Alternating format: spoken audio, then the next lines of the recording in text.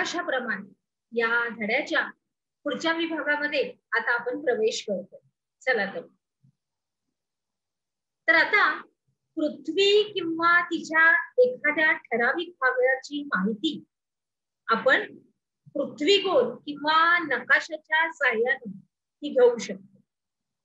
मग नकाशा तयार करताना जमिनीवरील प्रत्यक्ष जे अंतर असतं ते कागदावर घेण्यासाठी लहान प्रमाणामध्ये त्यांना रूपांतरित करावं लागतं. मग त्याच्यासाठी भूमिती आणि गणिती या पद्धतीचा वापर तिथं केला जातो. नकाशाप्रमाणे या अंगाचा त्याच्यासाठीच उपयोग होतो. मग चला या नकाशाच्या अंगाची नीट ओळख करून आपण घेऊया. तर कशा पद्धतीने? तर पहिला मुद्दा आहे आपला सांगा पाहू.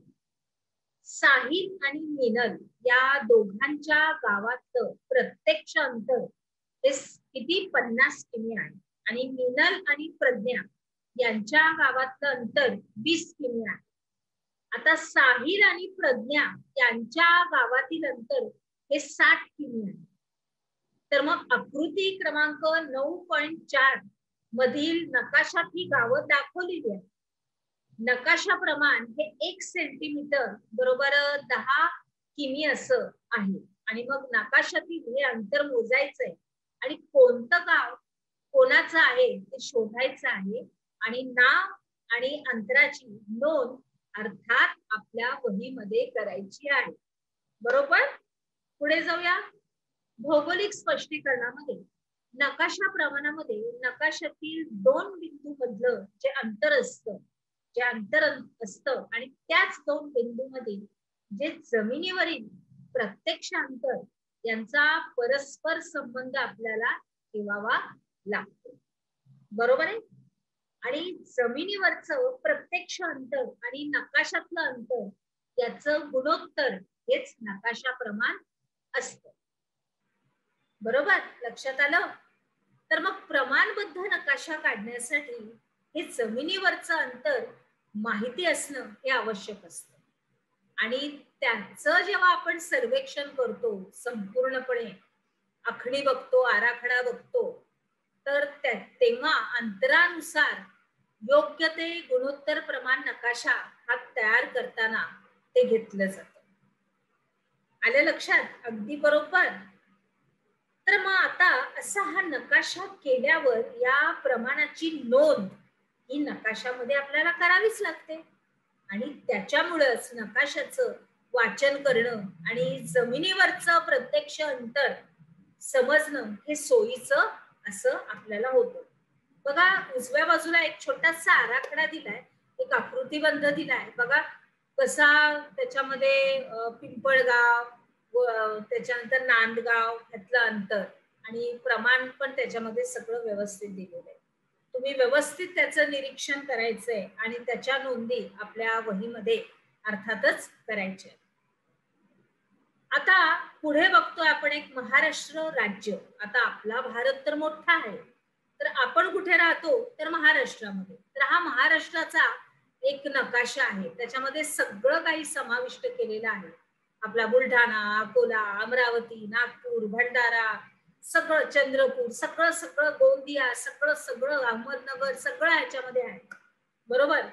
तर प्रत्यक्षात आता तुम्ही काय करायचंय, ह्या नकाशाचं अतिशय निरीक्षण काळजीपूर्वक असं करायचंय आणि ते 1 सेंटीमीटर बरोबर 60 किलोमीटर आहे.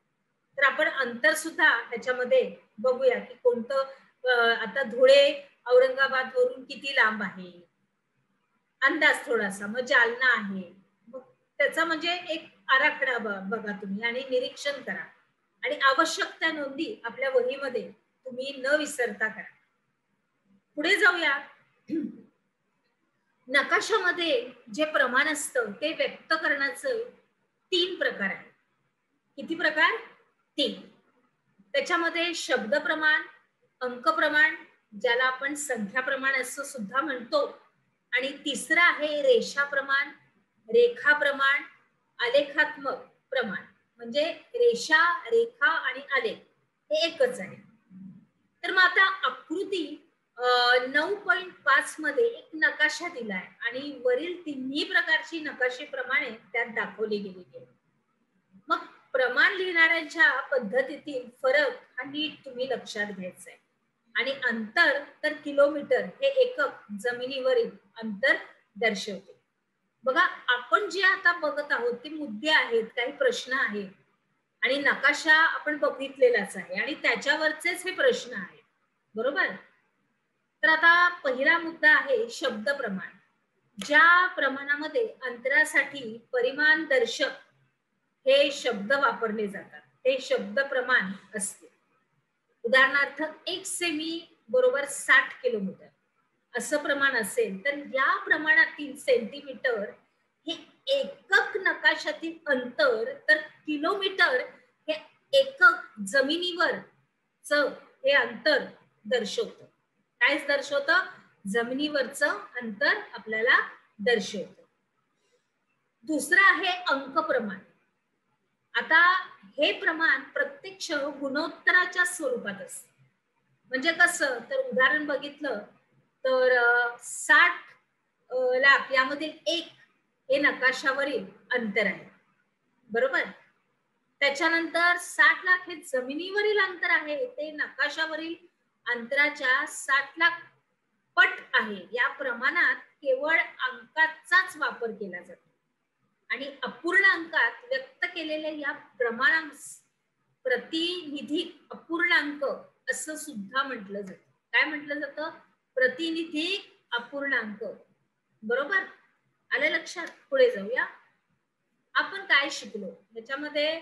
आता तुम्हाला 1 सेमी बरोबर 100 मीटर व 1 सेमी 100 किमी अशा प्रमाणाचे 2 नकाशे आहेत.